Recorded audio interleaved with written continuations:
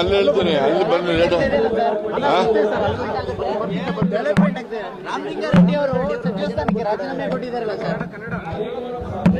ಹೌದಾ? ಅದೇನೋ ಹೊಸ ಸುದ್ದಿ ಹೇಳ್ರಪ್ಪ, ಹಳೆ ಸುದ್ದಿ ಹೇಳ್ತಾ ಇದ್ದೀರಾ? ಹೊಸ ಸುದ್ದಿ ಹೇಳ್ತೀರಾ ಅಂದ್ರೆ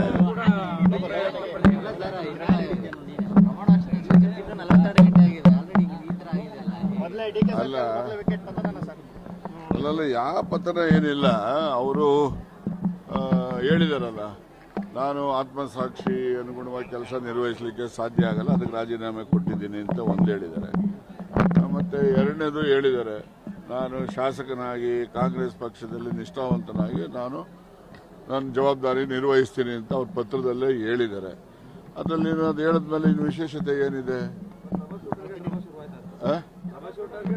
ಯಾವ ಟ್ರಬಲ್ ಶೂಟರ್? ನೀವು ಮಾಡಿರೋ ಟ್ರಬಲ್ ಶೂಟರ್ ಹಂಗಿದ್ಮೇಲೆ ಅಸ್ಸಾಂಗೆ ಹೋಗಿ ಯಾಕೆ ಟ್ರಬಲ್ ಶೂಟ್ ಆಗಲಿಲ್ಲ ಹಂಗಾರೆ?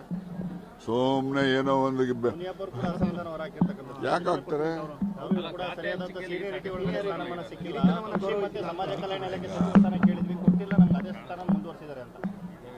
ಈಗ ಅದೇ ಸ್ಥಾನ ಇಲ್ಲ, ಅದೀಗ ಇವ್ರಿಗೆ ಕಂಡ್ರಿಗೆ ಯಾಕೆ ಫಾರೆಸ್ಟ್ ಕೊಡ್ಲಿಲ್ಲ ಹಂಗಾರೆ?